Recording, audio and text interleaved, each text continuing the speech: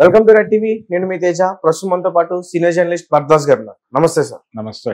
So నిన్న జరిగిన ఒక ఈవెంట్ లో రాజేంద్ర ప్రసాద్ గారు డేవిడ్ వార్నర్ అనే వ్యక్తిని చాలా కించపరుస్తూ మాట్లాడారు. ఆయన ఉందాకడుకంటూ ఇష్టం వచ్చిన పదజాలంతో మాట్లాడారు. సో అంటే చాలా మంది నెటిజన్స్ కామెంట్ చేస్తారు, అతను డ్రింక్ చేసి వచ్చి స్టేజ్ పైన ఆ విధంగా మాట్లాడాడు, అతను ఒక పెద్ద క్రికెటర్. సో దాని మీద మీ అభిప్రాయం? జనరల్ గా ఆయన ఆ పదం వాడకుండా ఉంటే బాగుండేది అనేది వాస్తవమే. అయితే తను ప్రేమాస్పదంగానే వాడినట్టుగా కనిపించాడు, ఎమోషనల్ గా ఉన్నాడు రాజేంద్ర ప్రసాద్. ఆ ఎమోషన్ లో భాగంగానే డేవిడ్ వార్నర్ గారిని పట్టుకొచ్చారు అని అన్నాడు గౌరవ సూచకంగానే. అన్న తర్వాత ఎవరైనా నిన్ను క్రికెట్ ఆడమంటే ఈ స్టెప్పులన్నీ ఎవరేమన్నారు అన్నాడు. అంటే పుష్ప స్టెప్ని ఇమిటేట్ చేశాడు రాజేంద్ర ప్రసాద్. అవును, ఇమిటేట్ చేసి ఇవన్నీ ఎవరేమన్నారు నిన్ను అన్నాడు అని దాని కొనసాగింపులో భాగంగా ఇతను మామూలుడు కాదు, అంటే క్రికెట్లో ఎంత ప్రావీణ్యత ఉందో ఇతనికి ఇక్కడ కూడా అంత ప్రావీణ్యత ఉంది అన్న టోన్లోనే, అంటే అది ప్రేమాస్పద బూతుగా చూడాల్సి ఉంటుంది. అంటే బూతు అనేది ఒక ఎమోషన్ తాలూకా లాంగ్వేజ్ అనుకుంటే, అలా ఆయన ఆ ఎమోషన్కి అతని మీద కలిగినటువంటి ప్రేమకి దాన్ని ప్రతీకగా తీసుకుని వాడేసి ఉండొచ్చు. దాన్ని సీరియస్గా తప్పుపట్టాల్సిన అవసరం లేదు. కానీ అభిమానులు గాయపడేటువంటి ఛాన్స్ కూడా ఉంది ఇలా మాట్లాడిన సందర్భాల్లో. అంటే అభిమానులు గాయపడేటువంటి సందర్భాలు అనేకం ఉంటాయి. అంటే తమ హీరోని ఏదో కించపరుస్తున్నారు అని అనుకుంటారు వాళ్ళు న్యాచురల్గానే. ఇది ఎలా ఉంటుందంటే, కొన్ని జరిగిన సంఘటనలు చెప్పినా అభిమానులు గాయపడతారు. ఉదాహరణకి ఒక వేదిక మీద, అంటే ఒక వేదిక మీద కావచ్చు, లేదు సినిమాలో కావచ్చు, ఒక సినిమాలో ఒక నటుడికి తక్కువ స్పేస్ ఇస్తే, అంటే మల్టీ స్టారర్స్ వచ్చేవి వరకు, ఈ మల్టీ స్టారర్స్లో ఒక హీరోకి తక్కువ స్పేస్ వస్తే ఆయన అభిమానులు రియాక్ట్ అయ్యేవాడు. అంటే మహాసంగ్రామం సినిమాలో శోభన్ బాబు గారి క్యారెక్టర్ కొంచెం డౌన్లో ఉంటుంది, కృష్ణ గారి క్యారెక్టర్ ఎమోషనల్గా ఉంటుంది. దాంతో ఈయన అభిమానులు గాయపడ్డారు. ఆయన ఇక జీవితంలో మల్టీ స్టారర్లు చేయనని చెప్పాడు శోభన్ బాబు. ఇలా అభిమానులు గాయపడటం అనేది జరుగుతుంది సహజంగా. తమ హీరోకి కొంత అగౌరవం కలిగింది అని వాళ్ళు అనుకుంటే రియాక్ట్ అవుతారు. అట్లా ఇప్పుడు వార్నర్ని క్రికెటర్గా అభిమానించినటువంటి వాళ్ళందరూ కూడా రియాక్ట్ అవుతున్నారు. అలాగే ఈయన వాడినటువంటి మాట ఏదైతే ఉందో, ఇది ఒకసారి ఎప్పుడు రాజేంద్ర ప్రసాదే చెప్పాడు. ఇది కూడా ఈ మధ్య ఒక వేదిక మీద, ఏది వంశీకి సన్మానం జరిగినటువంటి సందర్భంలో ఈయనే ప్రసార వక్త. ఆయన మాట్లాడుతూ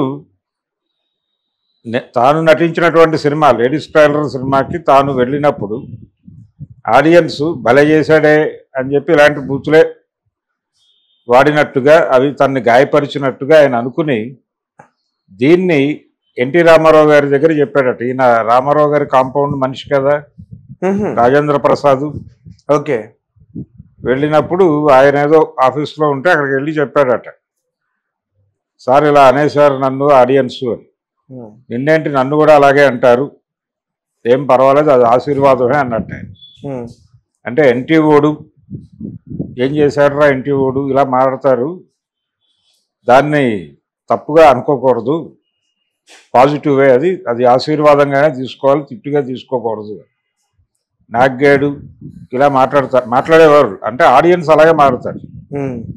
చింపేశాడురా అని ఈయన అన్న మాటే అంటారు. రాజేంద్ర ప్రసాద్ వేదిక మీద అన్న మాటే కనెక్ట్ చేసి చింపేశాడురా డాష్ అని ఆ పదం పెట్టుకోవచ్చు. అది ప్రేమాస్పద బూతే, అభిమాన బూతే. అంచేత బూతులకు కూడా రకరకాల ఎక్స్ప్రెషన్స్ ఉంటాయి. ఈ ఎక్స్ప్రెషన్తో జోడించి ఆ బూతును చూడాలి తప్ప ఎక్స్ప్రెషన్ నుంచి విరగొట్టి బూతును చూస్తే అది బూతే. కానీ ఇది మాట్లాడినా అభిమానులు గాయపడవచ్చు. అభిమానులు దేనికైనా గాయపడతారు. అంటే నెటిజన్స్ ఎలా కామెంట్ చేస్తున్నారంటే, ఇంతకుముందు రజనీకాంత్ గారిని ఇలాగే మన ఇండియన్ ఫిల్మ్ ఇండస్ట్రీ చెందిన వ్యక్తి అయినా పక్క రాష్ట్రానికి చెందిన వ్యక్తి వేరే ఇలాగే వచ్చినప్పుడు మోహన్ బాబు గారు కూడా ఒరే గిరి అని కూడా మరి అప్పట్లో ఆయన కామెంట్ చేయడం, అది రిలేషన్ ఉంది. వాళ్ళిద్దరి మధ్య ఒరే అని పిలుచుకునే స్నేహం ఉంది, పిలుచుకున్నారు.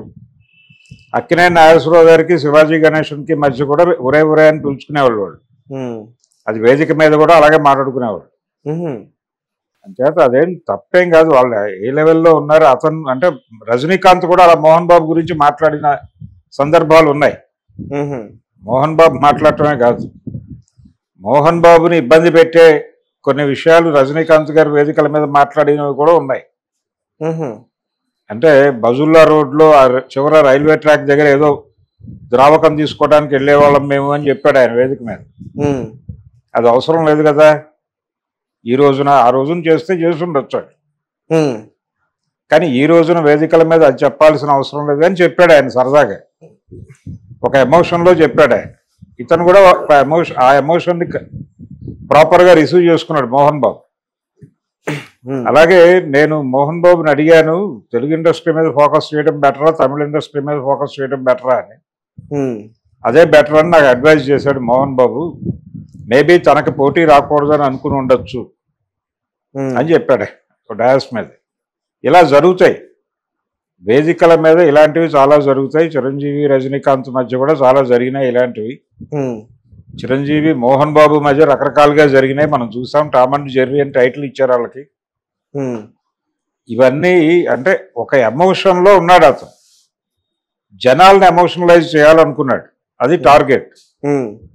అంటే తను మాట్లాడే మాటలు లేకపోతే వేదిక మీద తన ప్రజెన్స్ రెగ్యులర్ ఫార్మాట్లో కాకుండా కొంచెం భిన్నంగా ఉండాలని అనుకున్నాడు రాజేంద్ర ప్రసాద్. ఆ భిన్నత్వము అనేది ఇలా పరిణమిస్తుందని ఊహించి ఉండడు. అంటే ఇప్పుడు ఒక ఎమోషన్ తో ఉన్నా కానీ ముండా కొడుకు అనే మాట ఇప్పుడు తండ్రులు తాతలు మనవాళ్ళని కొన్ని బూతులు అంటారు. అవును, లమిడి కొడక అంటూ కూడా అంటారండి, రకరకాలుగా ఉంటాయి ఆ పదాలు, అవన్నీ చెప్పనక్కర్లేదు ఇక్కడ. కానీ అంటారు, కానీ అందులో వాళ్ళకేమి వీళ్ళ మీద వ్యతిరేకత ఉండదు. అది ప్రేమ బూతే, ప్రేమాస్పద బూతు లేకపోతే అభిమాన బూతు ఇలా అనుకోవచ్చు. ఆయన వార్నర్ని వాంటెడ్గా తిట్టలేదు, అతనిలో ఉన్న టాలెంట్కి ముగ్ధుడై మాట్లాడినట్టుగా అంటే ఇప్పుడు మీరు ఒక విషయం చెప్పండి. ఇప్పుడు అతను ఒక ఎమోషన్ తోనే అన్నారు అనుకోవచ్చాం, మరీ దారుణంగా ఈడు గాడు అని ఎలా అంటారు సార్? అవునండి, అది అందుకు కూడా ఉదాహరణ చెప్పా కదా నేను. అంటే ఈడు గాడు అనేది కూడా ప్రేమేనా? ప్రేమే. ఇప్పుడు ఎన్టీ రామారావు గారే అన్నాడని చెప్పాడు కదా రాజేంద్ర ప్రసాద్ ఈ మధ్య ఒక వేదిక మీద, ఎన్టీ ఓడు ఎరగదీశాడు రా అంటే ఏమిటి పరిస్థితి? అంటే ఎన్టీ రామారావు గారు కూడా ఒకసారి ఇప్పుడు ఒక పత్రికా విలేకరిని పిలిచి, అంటే విజయ చిత్రకు సంబంధించినటువంటి బీకే ఈశ్వర్ గారు పిలిచి, ఎవరా మీ పత్రికలో నా బిరుదులు అవి వేయకుండా ప్లెయిన్గా రాసేస్తున్నారు, ఎన్టీ రామారావు అన్నాడు ఇలాగా. అంటే విశ్వవిఖ్యాత నట సార్వభౌమ నటరత్న నందమూరి తారక రామారావు అనే దానికి అలవాటు పడ్డాడు. అంటే అప్పుడు బీకే ఈశ్వర్ గారు చెప్పిన సమాధానం ఆయన ఒక ఇంటర్వ్యూలో చెప్పాడు స్వయంగా. బీకే ఈశ్వర్ గారు ఏం చెప్పారంటే, అయ్యా మిమ్మల్ని థియేటర్లో ఆడియన్స్ ఎన్టీ ఓడు ఇరగ్గొట్టేశాడు, చంపేశాడు అని మాట్లాడుకుంటారండి, అంతే తప్ప ఏం చేశాడురా అంటారు తప్ప విశ్వవిఖ్యాత నట సార్వభౌమ నటరత్న కళాప్రపూర్ణ డాక్టర్ నందమూరి తారక రామారావు గారు ఎరగొట్టేశారు అని చెప్పుకోరు కదా. ఆ ఎమోషన్ అలాగే ఉంటుంది. మేము కూడా అంత అభిమానంతో రాస్తున్నాం మీ గురించి అన్నట్టు ఆయన కనెక్ట్ అయిపోయింది. అద్భుతం, అలాగే కొనసాగించండి అన్నారు. అంతే. కాబట్టి ఇలాగే ఉంటుంది. ఆయన ఏమి లైన్ దాటలేదు. రాజేంద్ర ప్రసాద్ ఎక్కడా అగౌరవపరిచినట్టుగా లేదు. అది వాడిన మాట తప్పు కావచ్చు కానీ అది ప్రేమగానే చూడాలి. అంటే ఒక మనవడిని తాత అంటే మనం ఆ తాత మీద డిఫెమేషన్ దావా వేయలేం కదా. అలాగే ఇక్కడ రాజేంద్ర ప్రసాద్ మీద కూడా డిఫెమేషన్ దావా వేసే పరిస్థితి కాదు. దాన్ని ప్రేమాస్పద బూతుగానే చూద్దాం. కాకపోతే ఆయన అభిమానులు గాయపడి ఉండొచ్చు. ఆయన అభిమానులు అంటే ఆయన క్రికెట్లో ఆయన ప్రదర్శన పట్ల విపరీతమైన అభిమానం, ఆరాధన ఉన్నవాళ్ళు ఇలా నడిచేటంటే మన డెమిగాడ్ని అనుకుని ఉండొచ్చు. అనుకుని వాళ్ళు ఎక్కడైనా ట్వీట్ చేసి ఉండొచ్చు రాజేంద్ర ప్రసాద్కి వ్యతిరేకంగా. అది కూడా తప్పేం కాదు. ఆ ధోరణి కూడా అలా నడుస్తుంది. అదొక అభిమానం. తమ అభిమానిని అంటే తాము విపరీతంగా అభిమానించి ఆరాధించే వాళ్ళని ఎవరో ఏదో మాట్లాడితే గాయపడతారు. అలాగే గాయపడ్డారు వాళ్ళు. అది కూడా ప్రాపరే, అది కూడా తప్పేం కాదు. ఓకే, ఈయన మాట్లాడింది కూడా తప్పేం కాదు. కాకపోతే ఇది తప్పు అని రాజేంద్ర ప్రసాద్ని బ్రాండ్ చేయక్కర్లేదు. ఆయన లైవ్లీగా ఉండటానికి ట్రై చేశాడు. కొంచెం సరదాగా ఎమోషనల్గా డయాస్ మీద తన ప్రెజెన్స్ ఉండాలని అనుకున్నాడు. ఆయన కొంచెం ఓవర్గా బిహేవ్ చేశాడు అనే మాట కూడా ఉంది. ఓవర్గా బిహేవ్ చేసినట్టుగా అనిపించింది కూడా. నిజానికి అంత వెళ్ళక్కర్లేదు, ఆ వేదిక మీద అంత ఓవర్ యాక్షన్ చేయక్కర్లేదు.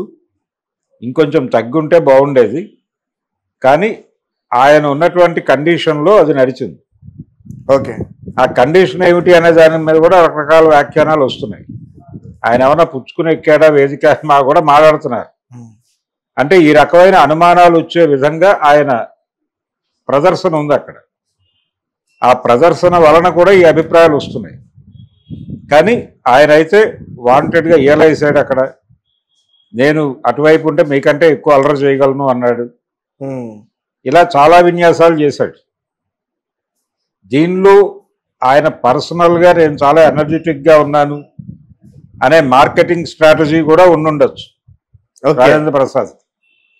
నేను చాలా ఎనర్జెటిక్గా ఉన్నాను, నన్ను ప్రాపర్గా ఇండస్ట్రీ వాడుకోవడం లేదు అనేది కన్వే చేయటం అనే ప్రోగ్రామ్ కూడా, అనే మార్కెటింగ్ స్ట్రాటజీ కూడా ఆయనలో ఉండుండొచ్చు ఈ ఓవర్ యాక్షన్ వెనకాల. ఓకే, ఇలా అనేక కోణాలు ఉన్నాయి ఆ ఓవర్ యాక్షన్ వెనకాల.